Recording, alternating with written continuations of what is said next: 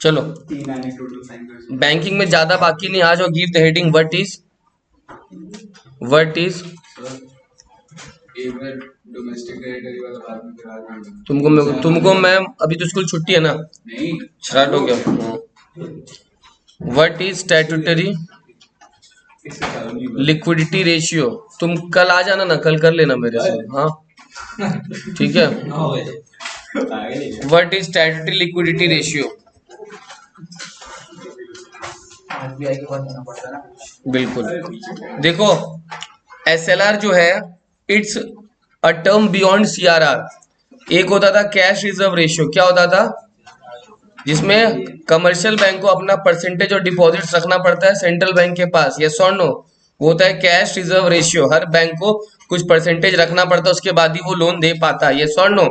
But अभी मैं पढ़ा रहा हूँ एसएलआर। क्या पढ़ा हूँ sir? SLR, give the heading SLR, statutory liquidity ratio. Cash के अलावा कुछ गोल्ड एंड अदर सिक्योरिटीज भी, क्या बोला मैंने? कैश के अलावा, अभी लिखना मत, पहले समझ लो, कैश के अलावा कुछ gold and other approved securities भी रखना पड़ता है। किसको? कौन सा बैंक को? किस बैंक के पास? चश्मा लग गया, पहले से था कि अभी लगा? अभी तो ज्यादा खेल रहा हूँ। कुछ कमर्शियल बैंक को गोल्ड एंड अदर सिक्योरिटीज भी रखना पड़ता है, किसके पास? सेंट्रल बैंक के पास। अगर खाली कैश रख रहा है उसको बोलेगा cash reserve ratio, but cash के अलावा कुछ स्टैट्यूटरी रिक्वायरमेंट्स है, इसलिए इसका नाम पड़ा स्टैट्यूटरी, मतलब होता है कंपलसरी। क्या बोला? कंपलसरी। तो कैश के अलावा हर कमर्शियल बैंक को गोल्ड और अदर एलिजिबल सिक्योरिटी जो डायरेक्ट किया गया किसके द्वारा? सेंट्रल बैंक के द्वारा, वो भी रखना पड़ेगा।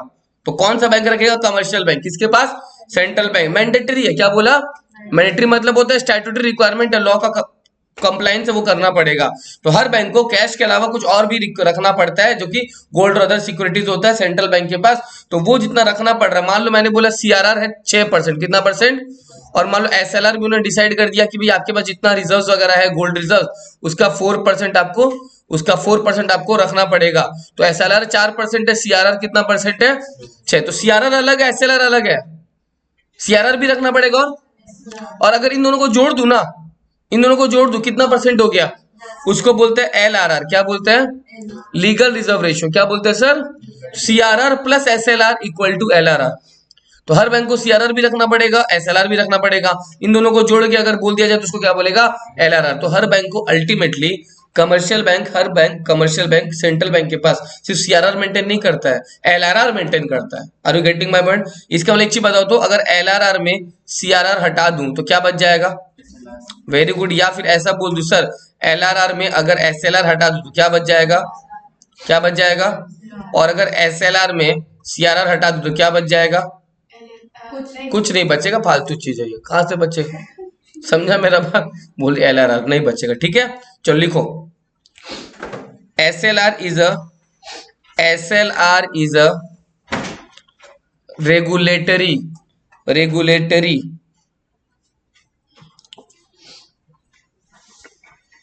मैंडेट इम्पोज्ड बाई, मैंडेट मतलब मैंडेटरी होता है जो, इम्पोज्ड बाई, कौन इम्पोज करेगा? सेंट्रल बैंक, यस और no? On financial institutions, on financial institutions. It requires commercial banks, it requires commercial bank to maintain a certain percentage of their, ये सब word लिखना पड़ेगा अब जो लिख रहा हूं, ठीक है, तभी मार्क्स मिलेगा। Of their net demand and time liabilities, bracket में लिखो NDTL, net demand and time liabilities, in form of liquid assets, in form of liquid assets. Her bank को अपना कुछ नेट डिमांड और टाइम लाइबिलिटीज का कुछ part रखना पड़ेगा in the form of liquid assets. और लिक्विड एसेट्स क्या होता है, मैं तुम लोग को बोला, अभी जो बोल रहा हूं वही है। लिक्विड एसेट्स इंक्लूड क्या क्या होगा सर? गोल्ड वेरी गुड, लिखो। सबसे पहले तो कैश ही लिख लो, कैश लिख लो, कैश कॉमा गोल्ड। हाँ अब बता रहा हूँ क्या होता है, अभी लिखाऊंगा नोट। नहीं, जैसे मान लो कुछ रिकरिंग एफडी का पैसा है ना, उसको बोलते हैं टाइम लायबिलिटीज। अगर तुम अगर मान लो तुम कमर्शियल बैंक है और मैं सेंट्रल बैंक हूँ, तुमने मेरे को कोई लंबा समय के लिए पैसा दिया, 15 साल 20 साल, मेरा तो लायबिलिटी हो गया ना। तो जो पैसा अपने लंबे समय तक जमा करते हैं उसको टाइम लायबिलिटी बोलते हैं। क्या बोलते हैं? बट जो पैसा अपने शॉर्ट टर्म के लिए डिपॉजिट करते हैं ना, उसको बोलते हैं डिमांड लायबिलिटी। जैसे तुम बैंक में सेविंग अकाउंट खुला रहा है, शॉर्ट टर्म है या लॉन्ग टर्म है? सेविंग डिपॉजिट शॉर्ट टर्म है तो वो टाइम डिमांड लायबिलिटी हो गया, समझा? और लॉन्ग टर्म लायबिलिटी क्या हो गया? Time liabilities. जो पैसा अगर आप बैंक में लंबे समय के लिए जमा कर रहे हो गया टाइम लायबिलिटी, और जो पैसा आप बैंक में शॉर्ट टर्म के लिए जमा कर रहे हो गया डिमांड लायबिलिटी। ठीक है। Cash comma gold and other government approved securities. Cash comma gold and other government approved securities. मैंने SRL क्यों लिख दिया यार? SLR होगा ना? हाँ चलो डन। SLR करना, अगर मेरे देखा देखो SRL कर जाओ गलत हो जाएगा। SLR, हाँ, स्टैट्यूटरी लिक्विडिटी रेशियो। ठीक है। लास्ट लाइन सर, SLR ध्यान रखना, थोड़ा बड़ा आंसर होता है, पूरा लिखना पड़ेगा क्योंकि कुछ छोड़ नहीं सकता तुम। LRR बहुत ही छोटा सा है, 2 लाइन का। लिखो the purpose of SLR is to ensure that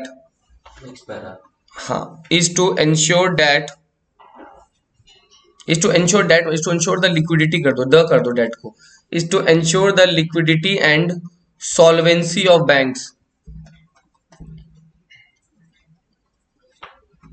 and thus safeguards overall financial system.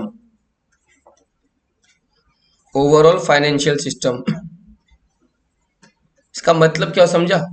इसका मतलब ये हुआ सर कि मान लो जैसे अपना नवनीत कमर्शियल बैंक है और मैं हूं कौन सा बैंक? मेरे को पता नवनीत आज जुआ खेलने जा रहा है और मेरे को ये पता वो पूरा लूटने वाला है, तो मैंने बोला नवनीत रुक जा, जुआ खेलने से पहले तू जितना भी जुआ खेलेगा पहले 5 लाख रुपया मेरे को सेट असाइड कर दे तुम, उसके बाद जो पैसा बचेगा वो जुआ खेल लेना। तो वो 10 लाख अलग से और लेके चला गया, जुआ में पूरा हार गया, कंगाल हो गया। लेकिन भाई वो कंगाल हुआ नहीं, क्यों बताओ? उसका 5 लाख अभी मेरे पास है ना, तो उसको दे दूंगा एंड उसका इज्जत बच जाएगा। तो भैया कमर्शियल बैंक का भी फंड तो किसके पास पड़ा है? सेंट्रल बैंक तो हमेशा वो सॉल्वेंट ही रहेगा ना, कभी इंसॉल्वेंट नहीं हो। तो पहले से फंड सेट असाइड कर लिया ताकि नौबत नहीं आए कि आदमी क्या हो जाए, कंगाल हो जाए। फिर लगा दे 5 लाख।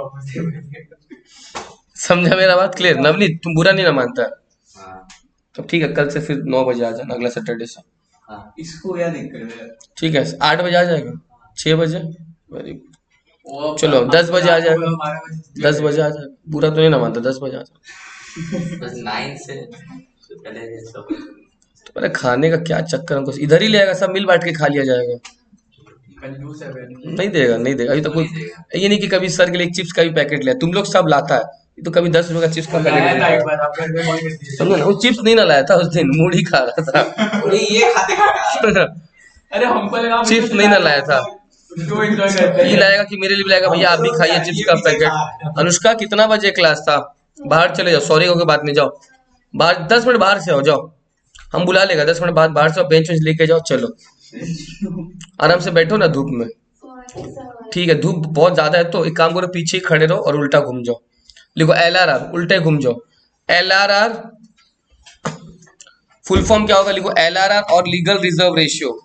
LRR, अच्छा मैंने तुम लोग को वो नहीं बताया ना, एक मिनट, इसमें तुम लोग को और लिखना है क्या कि डिमांड, अभी इसको बता दूं क्या? डिमांड लायबिलिटी क्या हो गया, टाइम लायबिलिटी क्या हो गया? करंट अकाउंट का पैसा लिख लो अगर इसमें लिखना चाहते हो तो, डिमांड लायबिलिटीज इंक्लूड, अगर लिखना चाहते हो लिख लो। LRR के थोड़ा पहले कहीं अलग से लिख लो ना, डिमांड लायबिलिटीज इंक्लूड लिख लो, अगर लिखना है तो demand liabilities include, demand liabilities include amount in current account, फटाफट हाथ चलाओ, current account, savings account, demand draft पता है क्या होता है? ठीक है, ये सब जो पैसा है वो हो गया डिमांड लायबिलिटी। क्या हो गया? Demand liability. ठीक है, ये सब पैसा हो गया डिमांड लायबिलिटी। डिमांड ड्राफ्ट क्या हो गया, जैसे मान लो आजकल कॉलेजेस वगैरह बोलते हैं ड्राफ्ट दीजिए, तो इसमें क्या होगा ना नवनीत, मनन सॉरी, तुमको मान लो कॉलेज का फीस देना 60,000 रुपया, कितना रुपया, तुम चेक देगा तो डिसऑनर हो सकता है ना। बट डिमांड ड्राफ्ट क्या हो गया, पहले ही तुम्हारे अकाउंट से पैसा कट के एक ड्राफ्ट बन गया, उस ड्राफ्ट पे लिखा हुआ पे टू मान लो सेंट जेवियर्स कॉलेज, तो बैंक वाले को चेक नहीं ना मिला, मैंने तो कॉलेज वाले को चेक नहीं ना मिला, क्या मिला तुमसे, तो ऑलरेडी तुम्हारा बैंक से पैसा कट गया, अब डिसऑनर होगा ही नहीं वो, तो तुम्हारा बैंक से पैसा कट के जो जिसमें कन्वर्ट हुआ डिमांड ड्राफ्ट वो ऑलरेडी पेबल हो जाएगा, कभी डिसऑनर होगा ही नहीं, सिक्योरिटी बढ़ गया। स्कूल भाई तो डिसऑनर मतलब आपने 60,000 का चेक दिया, पता चला आपके बैंक में बैलेंस ही नहीं है, तो मेरे को पैसा मिलेगा तब। आदमी जो चेक देता है तो उसके पास उतना तो पैसा होना चाहिए ना कि जब आदमी उसको इनकैश करेगा तो पैसा मिल जाएगा, तो चेक डिसऑनर हो सकता है, बाउंस हो सकता है। मैं आपको मिक्सर का पीस चेक में दे। हाँ दे दो, भरोसा है, कोई दिक्कत नहीं है, ठीक है, तुम तो घर के नीचे ही रहता है ठीक है। टाइम लाइबिलिटीज, टाइम लाइबिलिटीज दे देना, 20% डिस्काउंट दे देंगे तुमको,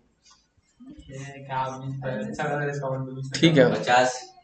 हाँ चलो time liabilities, FD, fix deposit का पैसा, अभी आप लीगल रिजर्वेशन बता रहे नहीं नहीं, अरे उसके पहले इसमें आ गया ना यार ये दोनों, तो मेरा फर्ज बनता है थोड़ा लिखा दूं कि डिमांड लाइबिलिटी क्या होता है। आपका बात हम तो बोला हम बता ही रहा था, हम तो बोला हम बता ही रहा था, मगर इसमें दोनों वर्ड आ गया तो हम क्या करें। इसका ध्यान नहीं और नहीं हो गया रिकरिंग डिपॉजिट्स, सर सामने। मेरे पे ध्यान जा रहा है, हाँ एफडी गोदी में बैठेगा, टाइम देख लो मैं fix deposit, recurring deposit etcetera, ठीक है। बहू नहीं दमा टाइम एक बार देख लिया जा, 11:35 11:35 समझ देख लो, ले 11:35 बस, 11 मिनट 35 सेकंड, बहू नहीं दमा ले ठीक है। अब आ जाओ एलआरआर, मॉडर्न एलआरआर आ जाओ सर। एलआरआर और लीगल रिजर्व रेशियो कंबाइंस या is the combination of, is the combination of both, is the combination of both, is the combination of both, क्या क्या होगा सर, पूरा लिखना, कैश रिजर्व रेशियो पूरा full form लिखोगे, is the combination of both cash reserve ratio and statutory liquidity ratio, ठीक है, is the combination of both cash reserve ratio and statutory liquidity ratio.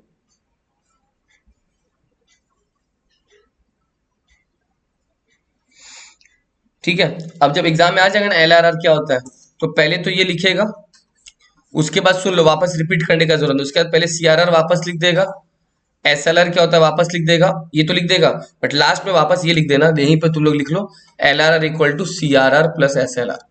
मेरा बात समझा, एलआरआर में सीआरआर भी आ गया, एसएलआर भी आ गया, तो पहले एलआरआर में लिखा it is the combination of both CRR and SLR, उसके सीआरआर का डेफिनेशन लिखा, फिर किसका लिखा, एसएलआर का, फिर लास्ट में ये लिख देगा LRR equal to CRR plus SLR, तो इसको वापस से भी लिखने का जरूरत नहीं है ना, ये तो लिखा हुआ है, ठीक है। इसका डेफिनेशन यही है।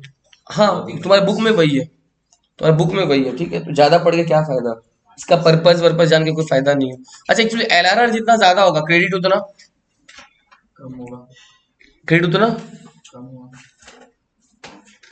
एलआरआर जितना ज्यादा होगा क्रेडिट उतना, ये बोला कम होगा, अब शेयर एलआरआर जितना ज्यादा होगा क्रेडिट उतना क्या होगा, कम होगा।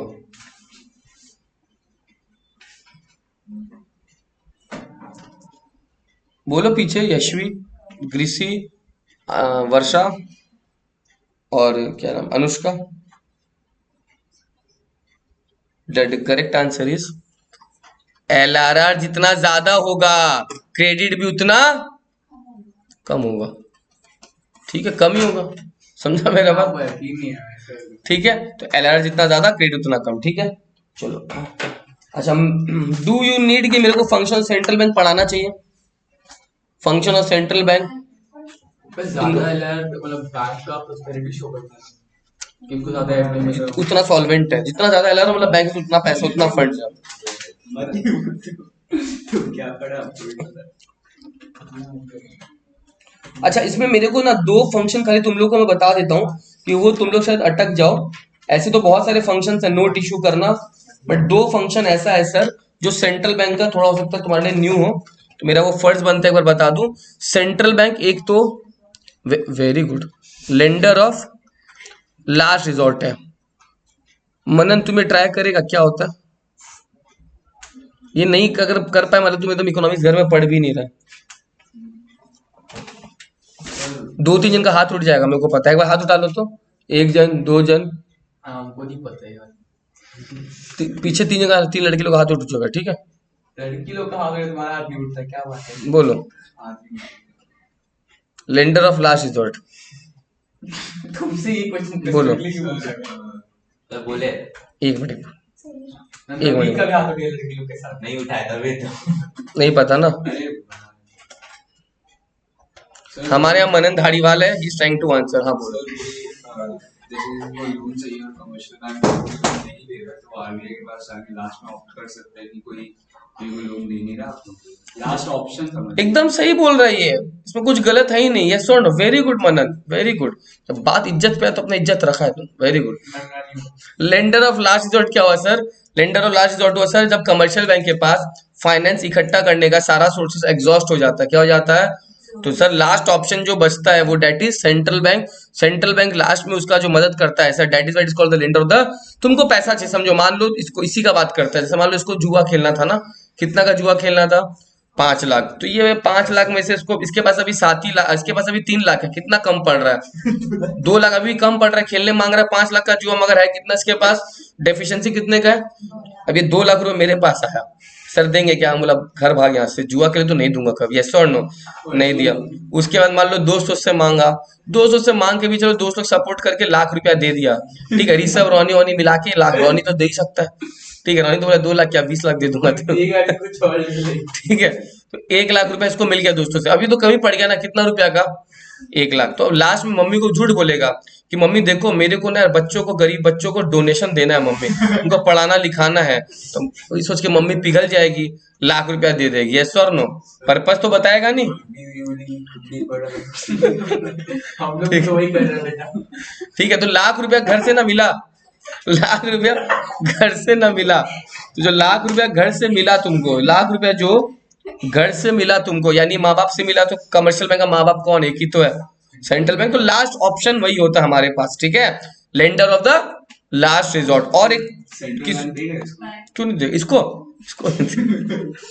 नेक्स्ट आओ, एक और है जो तुमको, वो तो ठीक है ये वाला। हाँ हाँ, क्लियरेंस ना, सही बोला, क्लियरिंग हाउस। बस ये 2 में अटक सकता था तुम लोग, और कहीं पे अटकना नहीं चाहिए था। क्लियरिंग हाउस शायद किसी को नहीं पता होगा। वर्षा पता है कि आप तो नाम भी बोले हो अभी? नाम पढ़ के आ गए नहीं पता, सुनो ध्यान से, क्या क्लियर कर देता है? हाउस को। देखो क्लियरिंग हाउस क्या होता है, जैसे मान लो 2 पार्टी, मान लो जैसे अनुष्का है और यशवी है, ठीक है। अब इन लोगों का ट्रांजेक्शन चलता है, ये लोग क्रेडिटर डेटर वाला रिलेशन है, ठीक है। तो अनुष्का जो है, मान लो यशवी को पेमेंट कर रही है, यशवी का अकाउंट है एसबीआई में, किसमें? और अनुष्का का अकाउंट है सर एचडीएफसी में, किसमें? तुम एक चीज हमेशा देखना, अनुष्का अगर पेमेंट कर यशवी को, तो यशवी का बैंक बैलेंस बढ़ जाएगा, अनुष्का का बैंक बैलेंस क्या हो जाएगा? फॉर इंस्टेंस जस्ट एक छोटा सा पेमेंट है, कितने का? 10,000 का। तुम याद रखना, पहला बात, चेक जो होता है, चेक वो कोई पर्टिकुलर पर्सन पे ड्रॉ नहीं होता है। Cheque is always drawn on a bank, cheque is always drawn on a. तो इसका मतलब सर यहाँ पे स्टेट बैंक ऑफ इंडिया के अकाउंट में पैसा जाएगा और किसके अकाउंट से कट जाएगा? तो इसका ऐसा स्टेट बैंक ऑफ इंडिया का अकाउंट बढ़ जाएगा, मतलब बैंक बैलेंस क्रेडिट हो जाएगा, और अनुष्का का एचडीएफसी का बैंक बैलेंस क्या हो जाएगा? डेबिट। अब यार ये भी तो हो सकता है, सुनो ध्यान से, यशवी को पेमेंट करना है मान लो वर्षा को, किसको?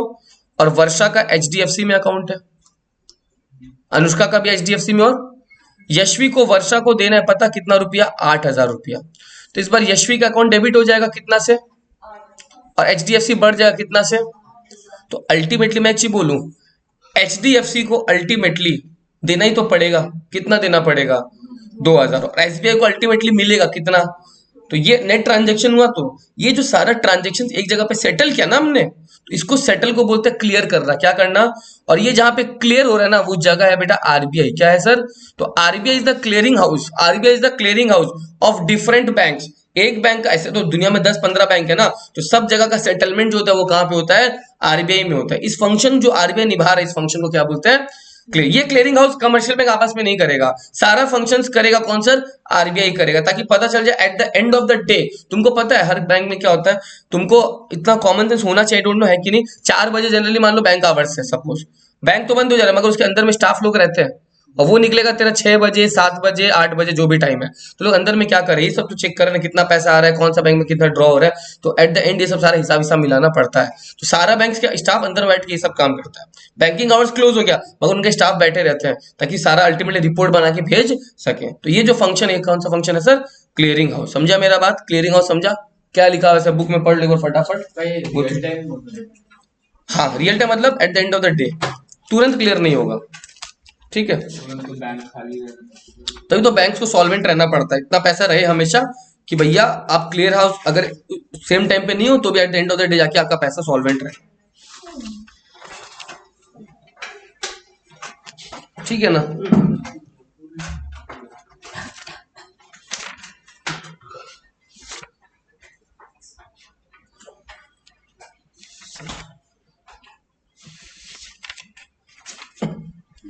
चैप्टर में कुछ बचा हुआ नहीं है। अभी तुम लोग को उस दिन एक आंसर बोले थे, वो भी लिख के देना होगा तुमको, याद है क्या? कौन सा आंसर बोलो तो? एक बार मैं वापस बता दे रहा हूँ ताकि तुम लोग लिख पाओ, वरना भूल गया होगा। ठीक है ना? क्रेडिट क्रिएशन का प्रोसेस, क्या प्रोसेस? क्रेडिट क्रिएशन का प्रोसेस समझ लो, और वापस से बता दे रहा है। अज्यूम कर लो हर बैंक का सीआरआर कितना % है। तुम्हारा मन तुम अपने एग्जाम्पल में 20 भी ले सकता है। इनिशियल डिपॉजिट एक बैंक में गया 100, मिस्टर ए ने जमा कराया था कितना रुपया? तो अब मिस्टर बी को रिक्वायरमेंट है, 100 का, मिलेगा क्या? 10% रख के कितना मिल जाएगा? मिस्टर बी का एक आदत है, वो पैसा आइडल नहीं छोड़ता है, वो पैसा दूसरे बैंक में जमा करा देगा। तो उस बैंक में जिसमें जमा करा है, मान लो बैंक बी में या bank state Bank of India में, उसके पास कितना पैसा आ गया? मिस्टर सी को लोन चाहिए, मिलेगा क्या? नहीं। इस 90 का 10% हटा दो, 9 रुपया हटा दो, कितना का लोन मिल जाएगा? 81 का। और इसके बाद वापस ये 81 कहीं और जमा हो जाएगा, लेकिन अब दूसरे आदमी को 81 का अगर लोन चाहिए नहीं ना मिलेगा, 8.1 कट जाएगा, कितना बच जाएगा सर? 72 ये 72.9 का लोन सर तीसरे व्यक्ति को मिल जाएगा। इस तरह से मैंने बोला लास्ट में जो प्रोसेस है 100 से स्टार्ट हुआ था, फिर 91 से 90 से, फिर 81 से, इसके बाद 72.9 से, और ये प्रोसेस चलता जाएगा। तो लास्ट में कितना क्रेडिट क्रिएट होगा? वेरी गुड, 100 डिवाइड बाय जो कॉमन रिजर्व रेशियो है 10%, यानी कितना आंसर आया था? 1000 रुपया। क्लियर हो गया मेरा बात? एक बार बुक से पढ़ लो पहले, कोई प्रॉब्लम नहीं मेरे को, लेकिन जब लिखेगा बुक बंद करके। किसका बुक? ओरिजिनल मनी, जितना डिपॉजिट हो वो तो मनी में उसमें पढ़ा रहा हूँ मैं। ठीक है?